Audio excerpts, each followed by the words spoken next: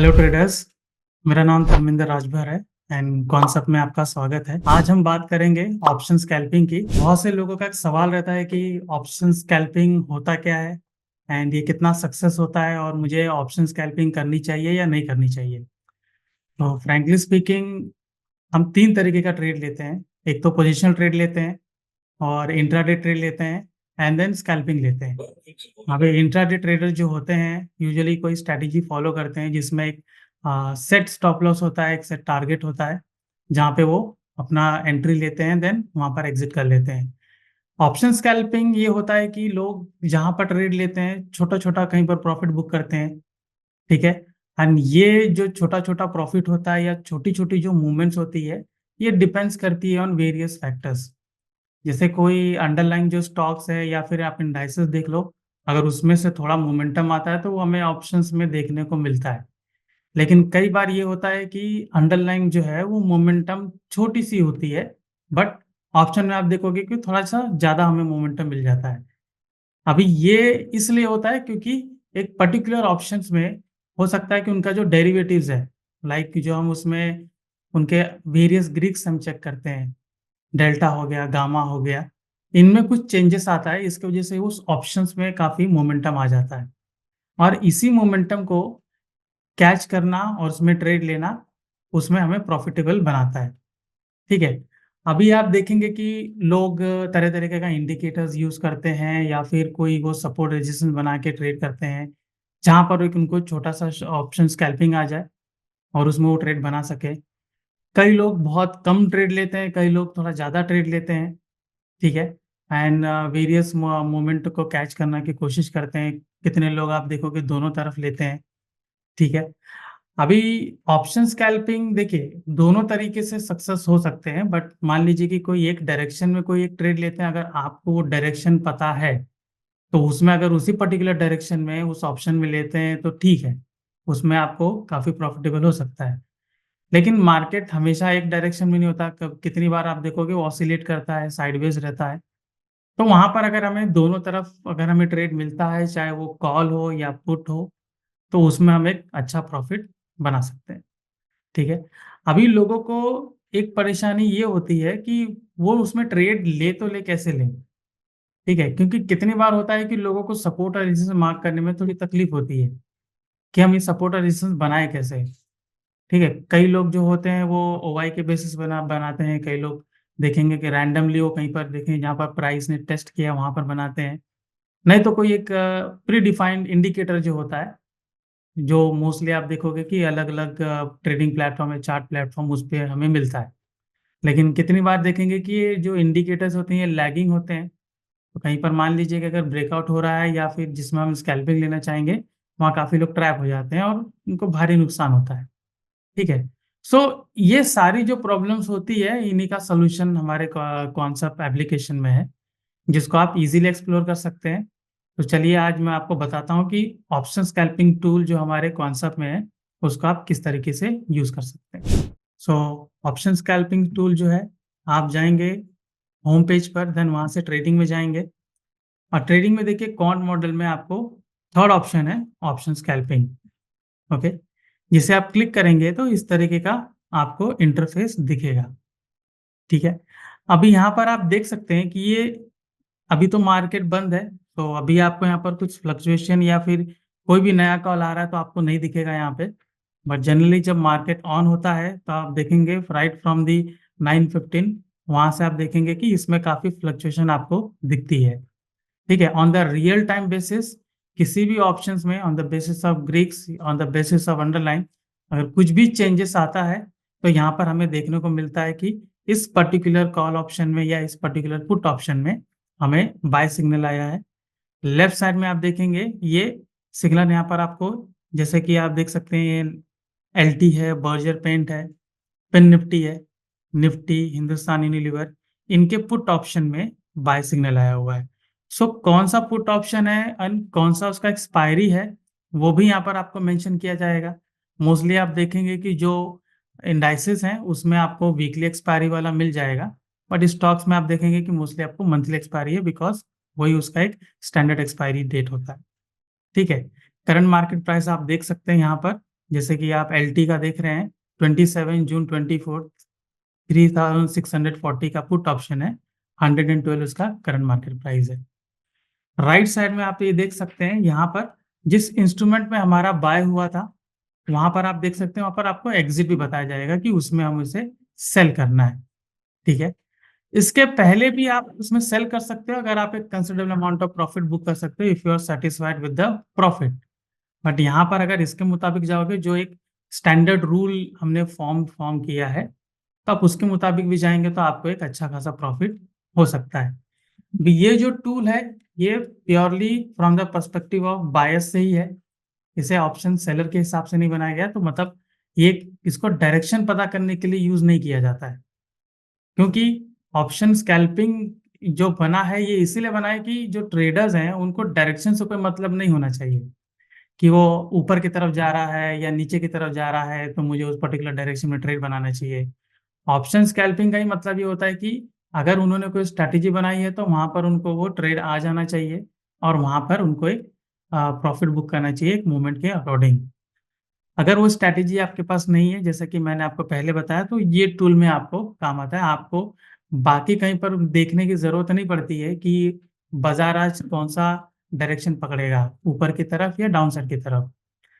लेकिन मान लीजिए कि जैसे कि आपके पास जैसे कि कोई एक जो इंडिकेशन है, जैसे कि आपने अपने हिसाब से पता किया है कि बाजार डाउन साइड रह सकता है या ऊपर की तरफ रह सकता है, तो सिर्फ आप उसी पर्टिकुलर डायरेक्शन के हिसाब से आप इसमें ट्रेड ले सकते हो। मान लीजिए कि आपको ये लग रहा है कि बाजार ऊपर रहेगा, जो भी आपका एनालिसिस है उसके मुताबिक आप सोच रहे हैं कि बैंक निफ्टी निफ्टी या कोई पर्टिकुलर स्टॉक अप ट्रेंड ही रह सकता है, तो उसका अगर यहाँ पे कॉल ऑप्शन में अगर बाय आता है तो आप उसमें ट्रेड ले सकते हो। या फिर आपको ऐसा लग रहा है कि वो नीचे डाउन साइड उसका डायरेक्शन है, तो इसमें अगर पुट में कोई आता है कॉल तो आप उसमें इजीली एंटर कर सकते हो एंड एक अच्छा अमाउंट आप उसमें बुक कर सकते हो।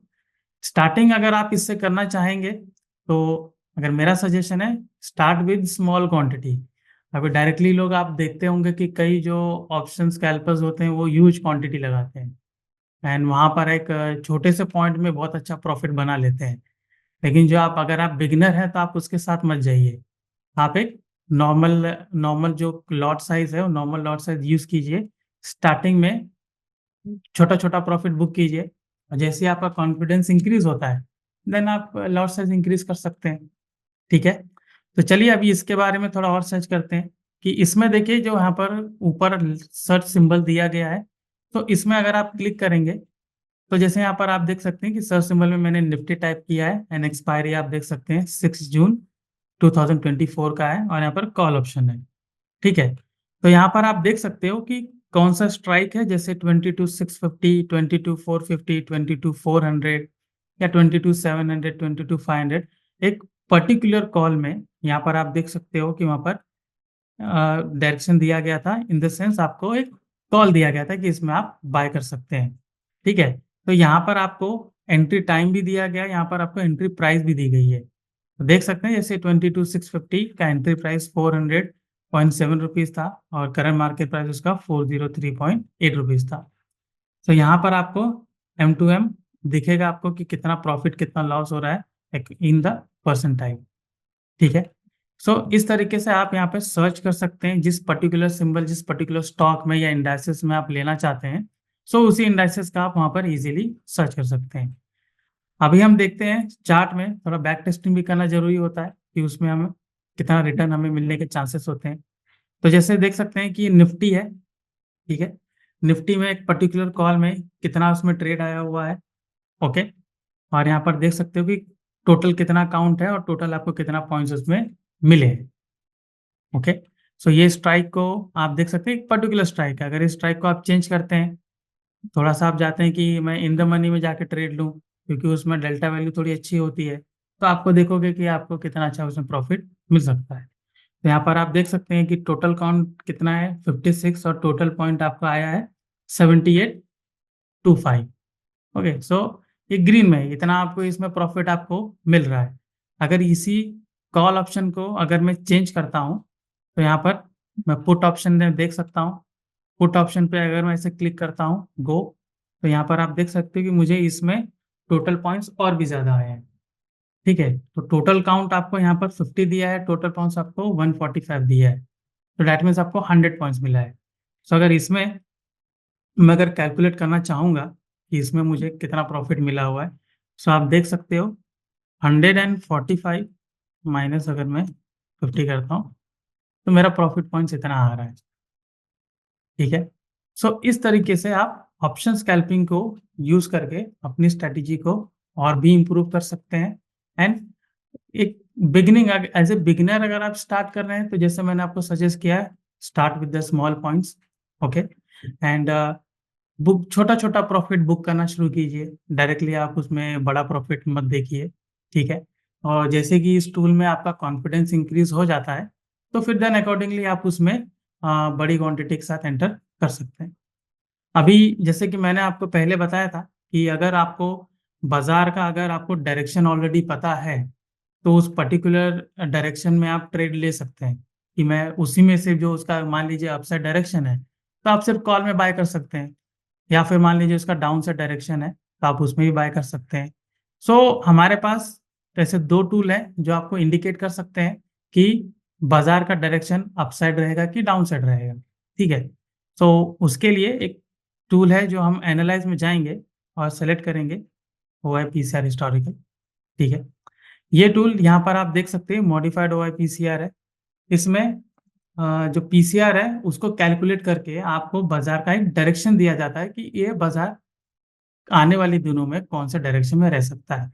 बहुत ही सिंपल टूल है, ठीक है? यहाँ पर आप देख सकते हो कि यहाँ ओआईपीसीआर और यहाँ पर आपको डेट भी मेंशन की गई है कि कौन से डेट को उस पर्टिकुलर डायरेक्शन का इंडिकेशन आपको दिया गया है, ठीक है? सो जैसे यहाँ पर आप देख सकते हो ये रेड ट्रायंगल आपको दिया गया है, ओके?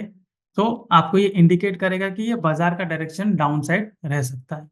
तो आप देख सकते हो आने वाले दिनों में उस दिन उसका क्लोजिंग था 22,743 फिर आप देख सकते हो नेक्स्ट डे वो गया 22,482 देन अभी भी आप देखोगे 22,700 पर उसका अभी भी लो है, ठीक है?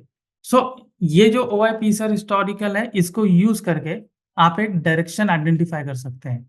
देन उसके बाद जब आपको यहाँ पर डायरेक्शन मालूम पड़ जाएगा, जैसे कि मान लीजिए आज आप करना चाहते हैं या कल करना चाहते हैं, तो पहले से यहाँ पर आप डायरेक्शन पता कर लीजिए कि निफ्टी में कौन-सा डायरेक्शन रहेगा या बैंक निफ्टी में कौन-सा डायरेक्शन रहेगा।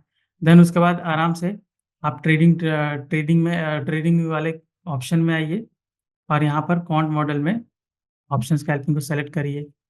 सर्च सिंबल में आप सर्च कीजिए निफ्टी, ठीक है? तो निफ्टी में जो भी कॉल ऑप्शन आपको आएगा, वो कॉल ऑप्शन में आप उसमें ट्रेड ले सकते हैं।